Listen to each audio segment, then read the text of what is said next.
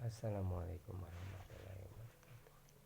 Insyaallah kita lanjutkan taklim rumah hadis-hadis tentang zikir. Fadilah zikir, hadis yang ke-16. Dari Abu Hurairah radhiyallahu an berkata, Rasulullah bersabda, ada 7 golongan manusia yang akan dilindungi oleh Allah di bawah rahmatnya pada hari di mana tidak ada perlindungan kecuali perlindungan Allah, yaitu yang pertama, imam pemimpin yang adil, yang kedua, pemuda yang menggunakan waktu mudanya untuk mengabdi kepada Allah, 3, laki-laki yang hatinya selalu terpaut kepada masjid, 4, 2 orang laki-laki yang saling mencintai karena Allah, mereka berkumpul dan berpisah karena Allah, 5, laki-laki yang dirayu oleh wanita bangsawan dan cerita yang berkata, aku takut kepada Allah, 6, lelaki yang memberi sedekah dengan sembunyi-sembunyi sehingga tangan kirinya tidak mengetahui apa yang diberikan oleh tangan kanannya, dan ke-7, lelaki yang mengingat Allah dalam keadaan bersunyi diri sehingga berlinang air matanya. Berlinang air mata maksudnya mungkin karena akan teringat kepada perbuatan maksiat atau dosa-dosa yang pernah dilakukannya, ataupun karena terlalu gembira dan terlalu sehingga air mata yang berlinangan tanpa disadarinya. Sabit bin Ari rahmatullahi mengutip perkataan seorang wali Allah, katanya, aku mengetahui yang mana kadai doaku yang akan diperkenankan. Seorang bertanya kepada bagaimana Tuhan mengetahui doa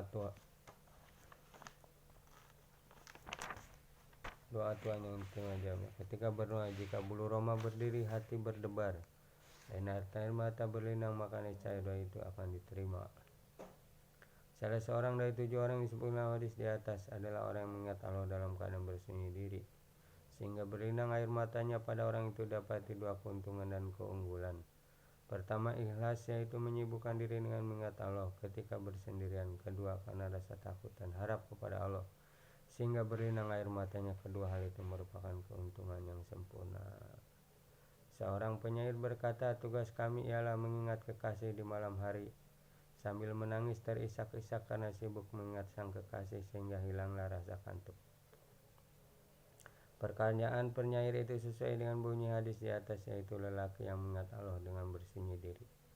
Para ulama tasyawuf menulis bahwa bersunyi diri mempunyai 2 pengertian. Pertama, bersunyi diri berarti seorang diri. Kedua, bersunyi hati, yakni mengosongkan hati dan hening dari ingatan selain Allah. Dan inilah pengertian yang sebenarnya. Jika kedua pengertian itu didapati pada diri seseorang, maka ia telah mencapai martabat yang sempurna.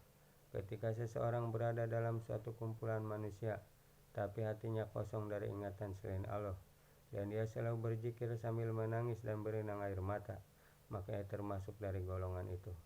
Karena dalam keramaian ataupun sendirian sama saja baginya. Suasana apapun tidak dapat mengganggunya dari mengingat Allah. Mengingat Allah sambil menangis dan berlinang air mata karena takut kepadanya merupakan karunia yang tak ternilai, maka berbahagialah orang yang mendapatkan karunia itu. Diriwayatkan dalam sebuah hadis, barang siapa menangis karena takut kepada Allah, dia tidak akan masuk neraka jahanam sebagaimana air susu tidak mungkin masuk kembali ke dalam puting susunya. Dalam hadis yang lain disebutkan, barang siapa menangis karena takut kepada Allah sehingga berlinang air mata dan air mata yang membasahi tanah, maka dia tidak akan diazab pada hari kiamat. Sebuah makna hadis mengatakan bahwa api neraka jahanam diharamkan kepada 2 jenis mata. Pertama, mata yang menangis karena takut kepada Allah, dan kedua, mata yang berjaga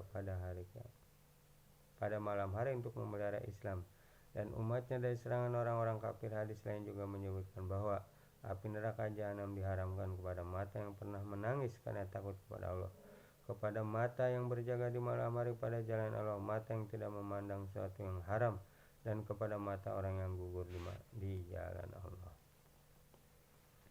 Hadis saya menerangkan orang-orang yang mengingat Allah sambil bersunyi diri bagaikan orang yang berangkat seorang diri untuk melawan orang-orang kafir. Insya Allah kita niat mengamalkan dan menyampaikan.